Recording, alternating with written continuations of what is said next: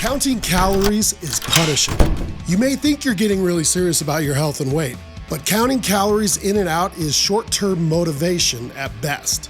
What you really want is long-term sustainable health and weight without the mental drain and boredom of counting every bite that goes into your mouth. Okay, let's go. Why don't kids count calories? Stupid question? Well, they eat when they're hungry, stop when they're full, then go back out and play. If you assume kids are getting their nutrition, they eat in the most ideal way for humans. You can eat like this now. Increase the quality of the food you eat. Don't fall for the trap of restricting or reducing an already poor diet, and stop obsessing over calories. So let's first look at a staple: calories in versus calories out. We've heard it 1,000 times: eat less, exercise more. And that is mostly accurate, but with today's food choices, a little more fine-tuning is needed. You have calories in, calories out, macro-calorie percentages, percentages per meal, and the timing of eating. The idea here is basic thermodynamics. Consume more calories than you burn, and you will gain weight. So, there's some issues here, so let's first look at calories out. Focusing on burning calories, or BMR, your basal metabolic rate, isn't very straightforward. BMR calculators can be very inaccurate, and metabolism on an individual level can be significantly different from person to person. For example, after heavy cardio exercise, cortisol levels can negatively affect your weight loss. Thyroid hormones as well, and differing levels of testosterone can directly impact your metabolism. Many people, in an effort to lose as much weight as possible in the shortest amount of time, actually over-exercise. You see this happening on popular weight loss television shows. The amount of exercise they are doing is massive and counterproductive. Their hormones tank, and the ability to keep the weight off long-term is nearly impossible. One study shows that the probability of overweight people attaining proper levels of body weight is always low. Over a 9-year period with 1,283 men, the probability of obtaining normal body weight was 1 in 200. That is pathetic because they skipped over the most important factor: food quality. All right, let's take a look at calories in. The biggest factor for long-term health and weight loss is the nutritional quality of food, period. The simple calories in and calories out model does not account for this. When the intake of food is of high quality, that is exactly what your body is asking for when it sends you hunger signals. The non-weight factors like hormone balance and nutrient intake are almost automatically set to the ideal for your metabolism. Now, when the food you consume is junk, the impact is multifaceted.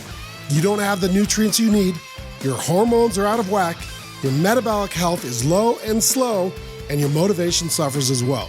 Ultimately, when your health suffers, your metabolism suffers, and the ability to lose weight suffers as well.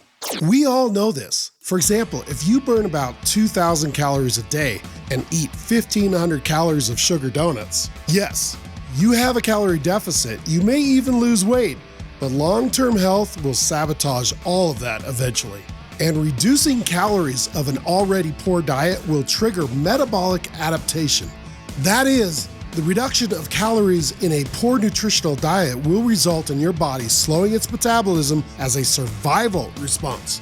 You are basically telling your body that you don't have enough calories, and the calories you are eating are void of the required nutrients. So your body responds by shutting down and preserving everything that you have. Survival. Not exactly what we want. So ultimately, calories in versus calories out as a model is way too simplistic. But that does not mean the solution is complicated. In fact, it's the opposite. The best way to think about high nutrition is to think about foods that you'd actually recognize in nature. And that includes meat and other animal products such as milk and eggs. Or some find it easier to think of the opposite.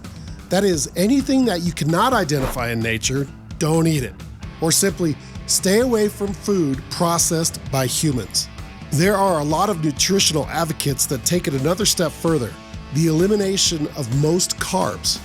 This would be the fat-focused nutrition involved in the keto or carnivore diets. Fat-focused, as that is the fuel that your body would run on. Simply put, Carbs are a sugar-based fuel where your body uses the sugar directly or takes starchy carbs like bread and pasta and breaks them down into glucose sugars. In a fat-based diet, your fuel source is animal fat, be that from steak, bacon, dairy, or fatty fish like salmon. The fat is utilized as fuel as part of the ketosis state that your body runs upon. Many folks absolutely swear by the ketosis diet model, and it's in your best interest to try it yourself and gauge how you would personally respond to it. Now, here is how you count calories on a keto or carnivore diet. You don't. You simply don't need to count calories as your body literally does it for you. It's really quite remarkable how your body responds when you give it what it wants, namely nutrients and fuel. So for example, when you have a fatty steak when in ketosis, your body takes the fat and uses it for fuel. Your metabolism stays elevated and gives you more energy to do the things that you want to do. Work out, play sports, you name it. The steak provides nearly all the nutrients your body was calling for. It's really wonderful and entirely natural. You never count calories when in ketosis as your body will simply shut off the hunger signals. In fact, they may even shut off right in the middle of your meal such that you can't actually finish that steak. When you listen to your body gives you back natural signals. And we've all experienced eating a huge plate of starchy carbs or highly processed food only to be hungry an hour later. Your body sends another hunger signal because it's starved for nutrients. You eat more to satisfy your hunger and end up overeating and gaining weight. And you can easily find yourself doing this all night long, getting off the couch, pausing the movie you're watching, and grabbing more snacks from the kitchen. In many cases, you don't even realize what you're doing. Now, with keto carnivore, your body becomes satiated and full of nutrients. It's not uncommon to hear men on keto describe their lack of hunger and only eat once or twice a day. Yet they are in tremendous health with very low body fat and excellent muscle foundation. So when you're watching that movie on keto, you do not get the same signals to hit pause and go get some snack. Instead, you probably just grab a glass of water or nothing at all. The movie ends and you didn't even miss those starchy carbs. Many men on keto or carnivore are living like our ancestors, or like children, eating only when hungry, eating until satisfied, filling their bodies with nutrients to become optimally healthy and active. Food enters the picture only with natural and honest hunger signals and only when your body really needs it. You get the fuel you need to operate and you get the nutrition you need to optimize. Counting calories, an unnecessary punishment. Check out this video for more male fitness mastery, and we will see you there.